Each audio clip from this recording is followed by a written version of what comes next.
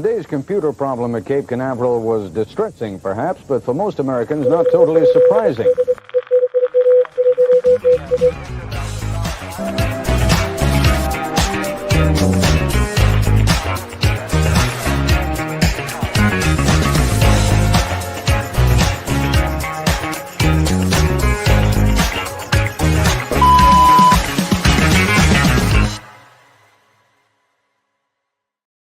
Folks, welcome to today's episode where we are about to unlock the secret of a retail phenomena known to spark excitement, anticipation, and a touch of frenzy, the holiday sales boom. I know, this is amazing. So, picture this: millions of eager shoppers, record breaking sales, and a brand fighting for the top spot in every cart.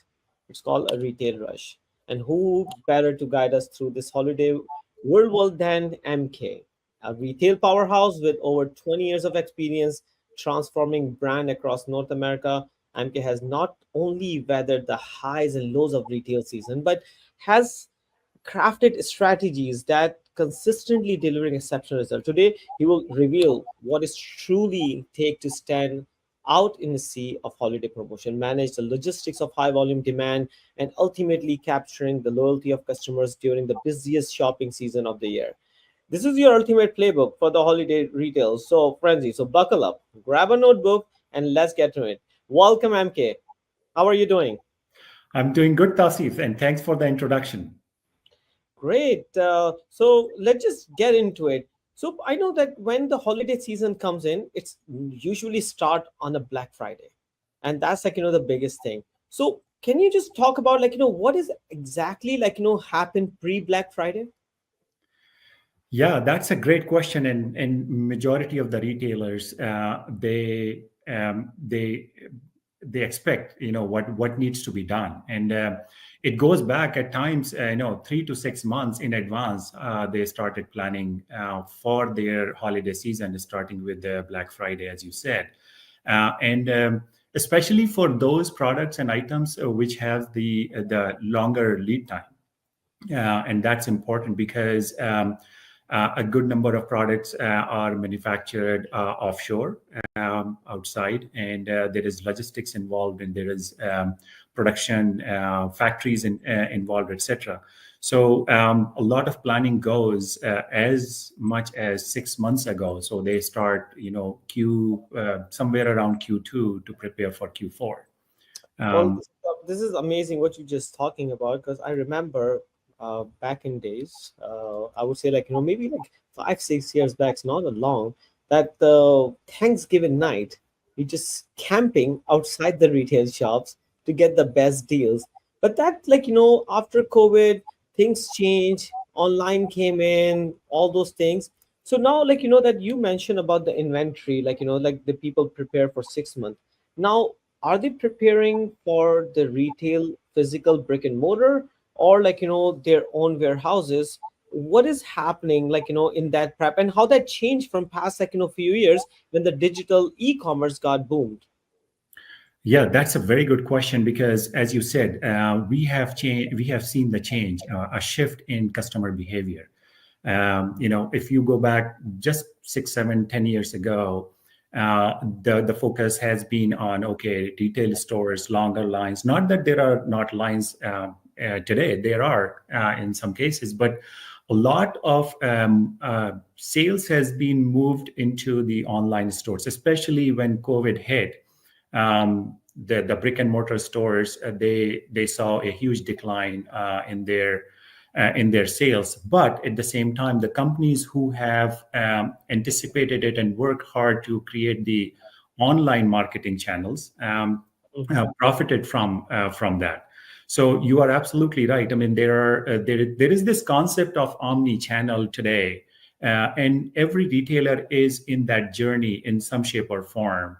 I mean, if we let Amazon of the world's aside, if we keep them aside, majority of the retailers are in some way along that journey. Some are in the initial stage, mid stage, and then in the late stage.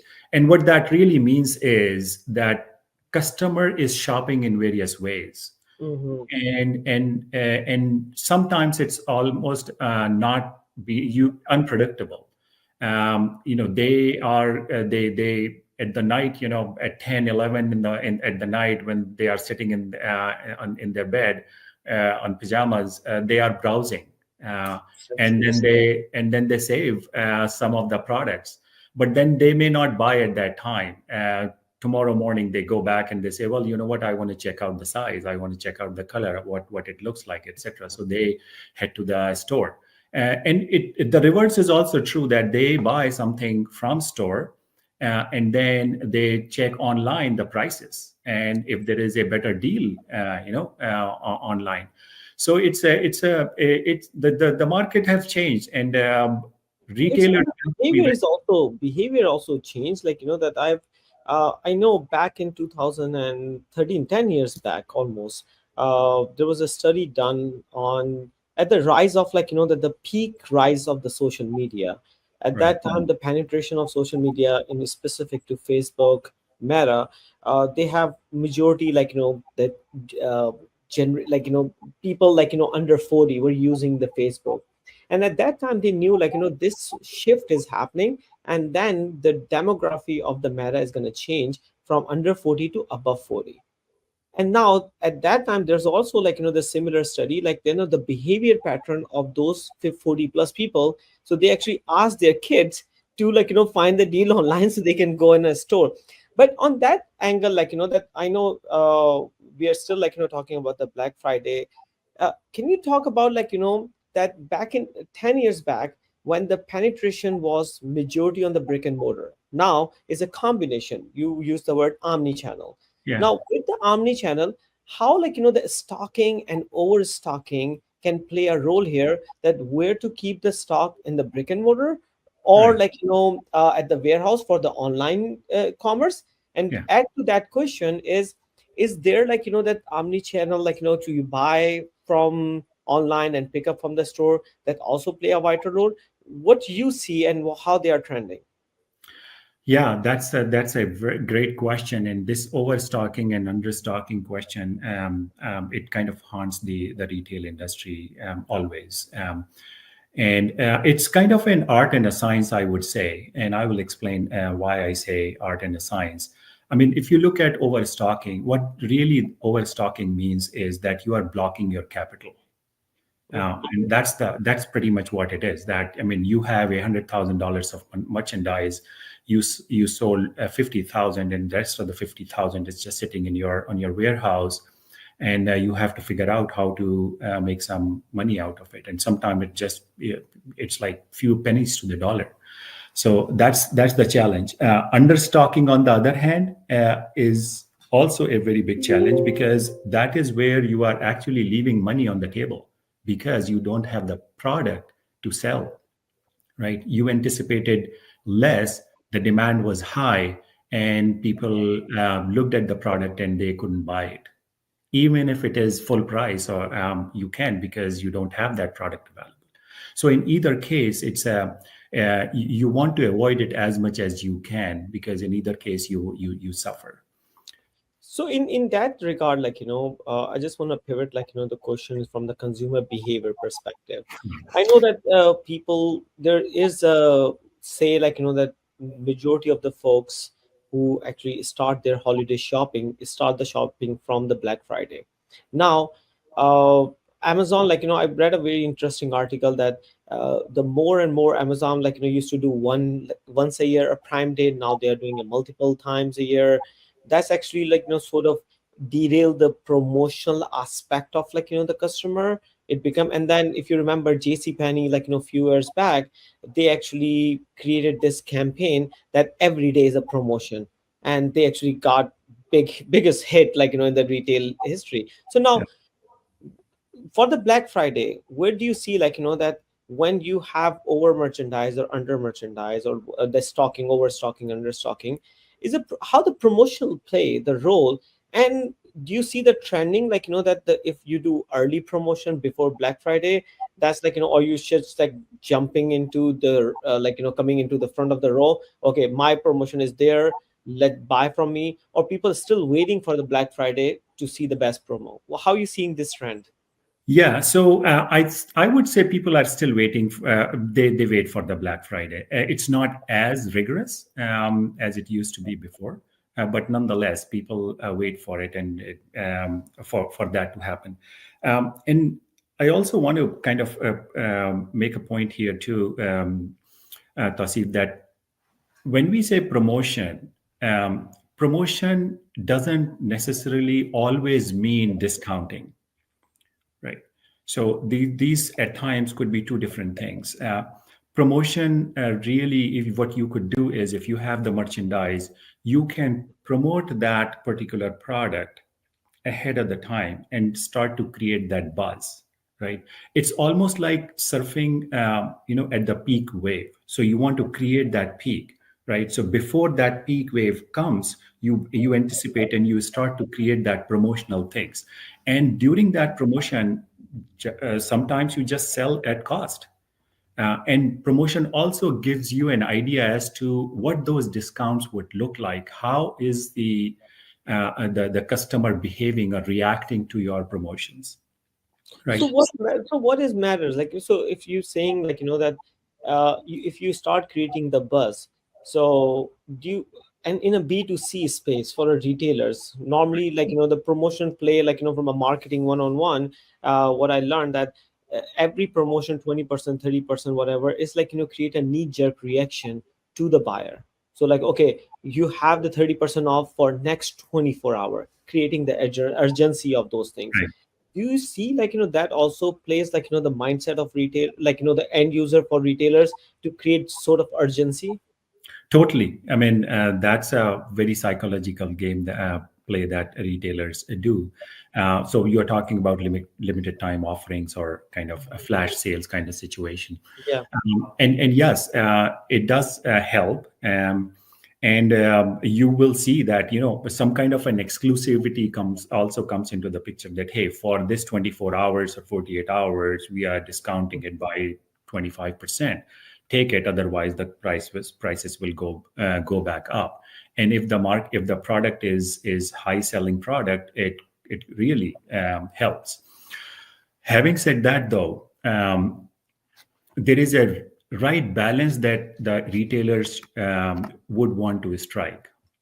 If you start doing a lot of promotion, limited time offerings or flash sales, one after another, people tend to start to wait for that flash sale. So then what happens is that you create the spike during the flash sale, but then rest of the time it's just idle, right? So if you plot a graph, what you would find is that now you are actually disincentivizing your sale, because people are just saying, okay, you know what, after 3 days this sale will come again, and it could be from not 25%, it could be 30%, right? So that whole, you start to go into that spiral.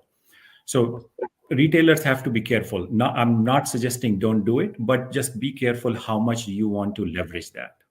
Okay, so I'm gonna just like, because we talked about a lot of like, the front end of the Black Friday. Yeah. Now let me just take you like, just take a back 2 steps back. Yeah. How retailers should prep for the Black Friday, not from the promotion and the stocking or overstocking, the technology perspective, what they need to be enabled as a true omni-channel Black Friday ready retail. I know it's a broad stroke question, but in a few like, sentence, how you see that, how they can be prepped from a technology perspective. Yeah, so that's a good question. I mean, majority of the retail is dependent on technology right now. I mean, gone are those days where technology played a very limited role. That you have a teller machine, and people buy something, they come to you, they write a check, and so on, or a credit card. Majority of your sale is dependent on technology. If you look into the online sale, any kind of online, whether it's via social media, e-commerce platform of your own, some other channels that are online channels, influencers, etc., you name it. These all come into that omni-channel perspective. The most important thing that one should look for is the infrastructure. What is it, and is it scalable?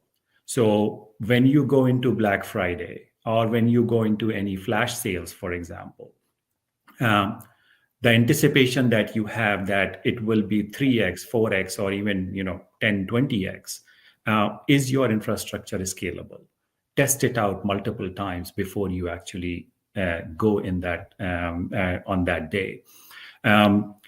Check out the failovers. And then one of the most important thing that I emphasize a lot to all of our retail partners is make sure that you are ready for security and fraud prevention. I mean, we have seen cases after cases where breach of security, fraud escalates to more than 100%, and that really eats up to your bottom line, and not just the bottom line in terms of money, but it also creates a negative customer sentiment too. Your profile is being breached and compromised, and you don't like it, right? And we have seen those evidences. So I would say check your security, right? Do the penetration test. So penetration pen test, abbreviated form. Penetration tests are very important. When you do white labeling, and I'm going a little technical, when you do white labeling, etc., of your IP addresses, testing them out is very, very important. How the traffic is being redirected. Those URLs needs to be tested and verified so that they stand with the security breaches, and no security breaches is allowed. Is a pen test and the load test is two different things or is the same thing? They are different, Tauseef. So load test is what really load test means is that you have a normal business volume of, I'm making it up here, let's say 1,000 orders per day, right? But you are expecting 6,000, 7,000, or 6, 7, 10x volume. So you are loading it up to 7,000 and test it out. How is my infrastructure and my my technology would behave? Are there any loose ends, connectivity ends, where that the technology is not really scaling up? So that's the load test. The pen test is really about I have a single transaction and it's a fraudulent transaction. Can it penetrate into and can I make a sale? So I take a credit card, right? Can I make a sale of that, right? Or can I steal a URL, and that particular URL, put another website, a fake website, put that URL there and start selling. And then as part of my my transaction, I get the money to a different account. I see. So, Right. MK, if you can help me, with this. So, the technology, of course, the security and then pen test, and this is a very important thing. Now, you have, I'm sure you work with a lot of different retailers done that. Once that done, and then you mentioned this 6 months before they prep for the Black Fridays. Now, that 6 month also technology, and then can you talk to me that the time that you actually work with the customers doing actually analytics works, where you are defining the customers segmentation, also what is your high ticket and low ticket item, what is your fast sellers. Can you just summarize can you give one example that how that plays in role and when that process start, and is it a profitable strategy, or is something that everyone do it or not everyone's do it, and when you do it you get best results out of it? Yeah. So technology wise, yes, you start to test your technology way ahead of the time. Nowadays, the trend is that majority of your online sale or e-commerce sales are from any PaaS platform, any SaaS applications, right? So either on Azure or on AWS and so on and so forth. So you want to make sure that you are testing it out for load, testing it for penetration, security, scalability, etc. All of that. You also want to make sure that based on your past experience, past 2, 5, 7 years of experience, collect the data, do an analysis, and there are various modeling models via which you can do your analysis. Now you can also do a predictive modeling too, which Visionet has pioneered and is very good at. And the idea really is that you run your data through certain models, and then you take the best out of it. And that's where the art and the science comes in, Tauseef, that I referred to initially. That the science is that you run your data through those models, and those are formulas basically. Right, and different formulas will give you different results. You plug in the demography and numbers. So MK, you're talking about the predictive, what about the generative AI, the biggest buzz, this year? Because it's been happening from last year. Is it something that Visionet has worked on with the retailers on a Gen AI modeling? Absolutely. So predictive AI and Gen AI, these are kind of AI, two different models of AI. Yes, yeah. Right. So generative AI, what you do is that when you have the previous data that you have, you want to generate the data based on that previous things. And not only that, you also want to plug in some of the current situations. So for example, the demography has changed. You want to plug that information. The buyer behavior is changing. The fashion is changing, and so on and so forth. So you plug in all of that, and then you generate the new set of data. Right, that's the generative AI, and then generative AI will predict, will tell you that, hey, based on these situations, right, here is what you should expect in your next model. So can you just give one example quick, in a retail aspect, that how the Black Friday and holiday and promotions can be, that Gen AI can work together both in a predictive and generative way? Right. So I'll give you an example of a TV promotion. So television, there are dozens of companies who manufacture television. Right. Mm-hmm. If I go back 5 years, the television was the sale of the television was primarily based on the size. Right. I have a 21-inch television, then it became 42-inch, then it became 55-inch, and so on and so forth. Alongside with that, the quality of the picture starts to matter, right? So that's another entry data point that, okay, I have a regular picture, then it became VHF, and then it became UHD, and then 2K, and then 4K, and Ultra, and so on and so forth, right? So that quality has started to improve. So now there are two dimensions, that the size of the screen and the quality. With generative AI, right, you can say that, okay, I have the size, I have the quality of the past 5 years in this case, but then at the same time, there are other factors that I want to include. My demography is changing, right? Now the television is no longer the thing. People do not stand in front of or sit in front of the television. I have a handheld device called phone, via which people buy, right? So those are the kind of things that generative AI, this is where generative AI helps you.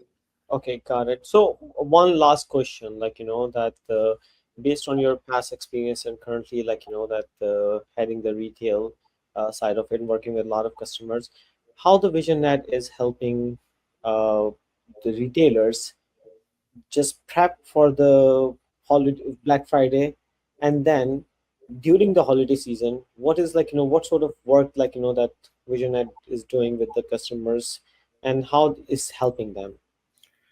Yeah, so a variety of ways. I mean, VisionNet has a very deep understanding and team which helps the retailers in these kind of holiday season, not just the holiday season, but manage their services all along the year, right? So we are very deep into managed services. And that's one area that VisionNet is very good at. So we do multi-year managed services, and as part of those services, we provide the things like load testing and penetration testing, security assessments. We also do the scaling for the customers.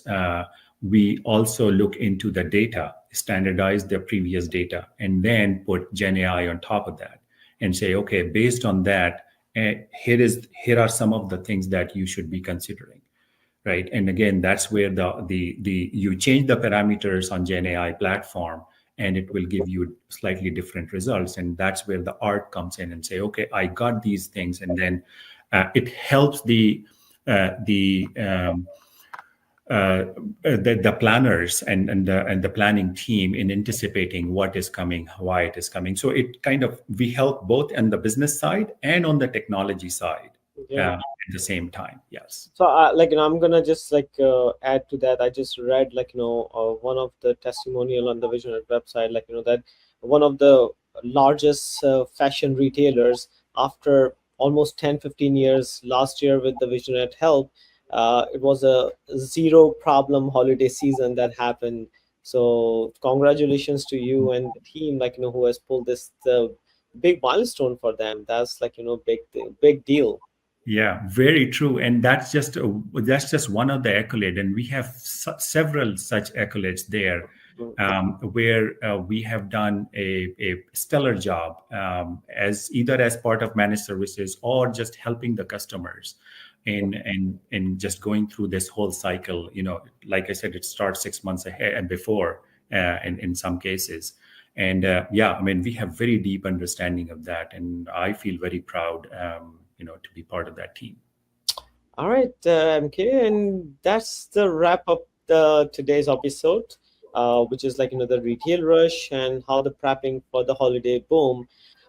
Huge thank you to MK for sharing invaluable insight, strategies that are bound to make this holiday season one to remember. In a way, if you're technologically good and then you do segmentation, from inventory management to understanding the pulse of the customer behavior. MK has also given us the tool not to just survive the holiday rush, but to thrive in it. So to all our listeners, remember that the holiday season is not just a sales opportunity. It's a chance to create a memorable experience and lasting connection with your customers. So as you prepare for the busiest time of the year, keep MK advice in mind, and let's make this season a game changer for your business. Thank you for tuning in, and stay tuned for our next episode. We will dive into more topics shaping the future of retail. Until next time, stay tuned, stay prepped, and here's to a successful holiday season. Thank you, MK.